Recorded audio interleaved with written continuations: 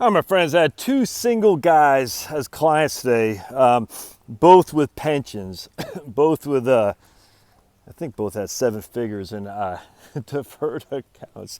These people have some kind of like Alaskan Husky dogs that look like they look like polar bears. And every time they're like 20,000 times the size of Pablo, and every time they see Pablo go by, they just go crazy on their door. Oh, that's funny. And then Pablo, when he gets a chance, he'll jump on him. The dog's like, yeah, get out of here. All right, so anyway, so these guys are single. There's the two different people out in the West. One was in California, one was in not California.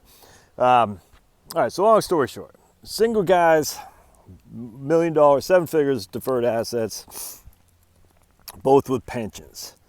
Now, these plans are frankly the easier ones to do because there's no need to be doing Roth conversions. And that's what I told them both. In fact, and it's tough to make,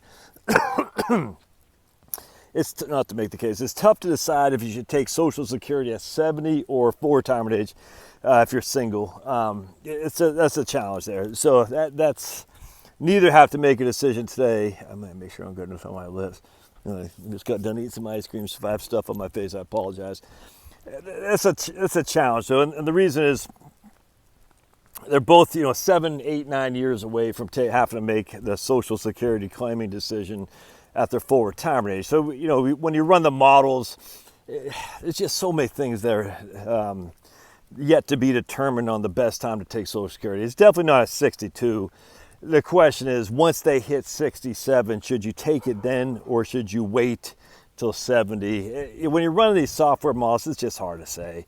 And the reason it's hard to say, frankly, is just because you don't know what the accounts are going to be. They don't know what their expenses are going to be because they never retired. And we're just shooting blanks for no idea what their expenses are going to be now. We have a gauge, but you don't really know. But what we think we can say is both these guys, Roth conversions don't make sense. Not if you're single with a pension. And hear me out for just a sec. And I would say the vast majority of time, if you're single with a pension, with no plan on getting married, even if you're single with a pension, if you are going to get married, certainly if you're single in a pension, Roth conversions don't make sense. And the reason is quite simple. Let's just say you got a $40,000 a year pension. All right, so immediately you're in the 22% tax bracket right there. Immediately you're in the 22% tax bracket when you factor in Social Security. All right, there's just no two ways around that.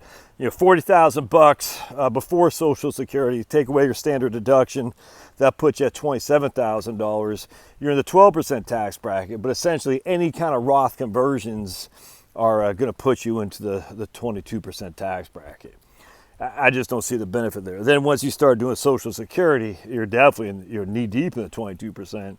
And if you do Roth conversions of any significance, it's going to put you well into the 24% tax bracket. So then you're sitting there thinking, okay, why pay 22% tax today to avoid 15% in the future, even 25% in the future? I mean, you're still getting hit with a tax torpedo when it comes to Social Security.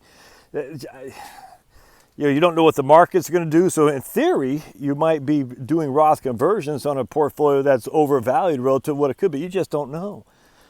But either way, you're not saving an abundance of taxes, even if everything works out for you. And you might not even be around to enjoy that anyway. And I hate to say it, but when you're 90 years old, what's the big deal? I mean, there is a deal. There's a big deal if it all goes for you and you're like, I'm glad I got tax-free income as opposed to taxable income when I'm 90 years old and sitting in a nursing home. But there's a lot that has to go right to make this work. And when you're single and have a pension, there's no reason to think all these things are going to go right to make it work for you to do that.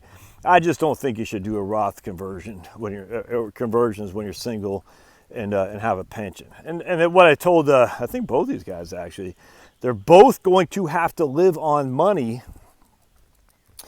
before they take Social Security anyway. All right. So in one case, the guy's pension doesn't kick in until he's in the mid 60s, but he'll have 4 or 5 years of retirement before that. So he still has money he has to live on before he even gets his pension.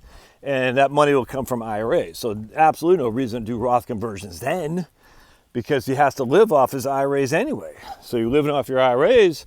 If you turn around and do Roth conversions on top of that, you're basically giving you a double tax hammer. You're paying tax on the Roth conversions and paying tax on the IRA distributions you have to live on. And there's no benefit. It's just, I mean, again, you could make a case that there will be a benefit, but a lot of things got to go right. So that is one case, my friends, where it doesn't make sense to do Roth conversions when you're single and have a pension. All right, we'll see you.